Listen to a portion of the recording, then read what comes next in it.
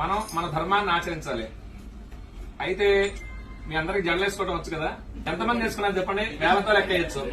పూజకు వచ్చేటప్పుడు కొంచెం పద్ధతిగా రావాలన్నమాట. పంచమాంగళ్యాలు ఉంటాయన్నమాట ఆడవారికి.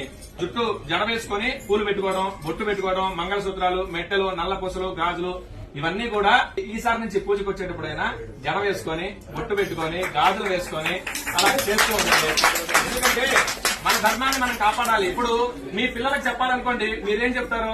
ఇప్పుడు చెప్పబోయేది ఏంటంటే మీ పిల్లలకి ఇప్పటి నుంచే సంస్కృతి సాంప్రదాయాలు నేర్పండి. ఇప్పటి నుంచి నేర్పకపోతే తర్వాత వాళ్ళు అలవాటు పడరు. ఇప్పుడు నేను కొన్ని పూజలు చేయడానికి వెళ్ళినప్పుడు వీళ్ళు పెద్దవాళ్ళు ఇక్కడ పూజ చేస్తూ ఉంటారు, పిల్లలు బెడ్రూమ్ లోకి వెళ్ళి ఫోన్ నొక్కుంటున్నారు, టీవీ చూస్తూనే ఉంటారు. వాడి నుంచి పూజ దగ్గర కూర్చోమంటే కూర్చోడు. చిన్నప్పటి నుంచే ప్రయత్నపూర్వకంగా వాళ్ళతోటి స్తోత్రాలు గాని, శ్లోకాలు గాని, అసలు గుడి అంటే ఏంటి, పూజలు అంటే ఏంటి మనం తెలుసుకొని వాళ్ళకి తెలియజెప్పాలన్నమాట. అలా చేస్తే వాళ్ళు సంస్కారవంతులు అవుతారు. చదువు 30% ఉన్నా మిగతా 70% సంస్కారం ఉండాలి. ఆ సంస్కారం వల్లనే చివరి దశలో వాళ్ళు మనం చూసుకోగలిగేది అనమాట. వృద్ధాశ్రమాలు ఎందుకు ఉంటున్నాయంటే పిల్లల్లో అవగాహన లేక, పెద్దవాళ్ళు చెప్పక.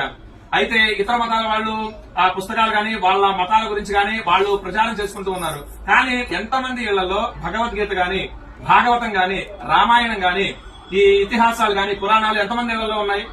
ఒక పుస్తకాలు ఎంతమంది రోజు కనీసం ఒక్క శ్లోకం చదువుతున్నారా? వెరీ గుడ్ అండి. తర్వాత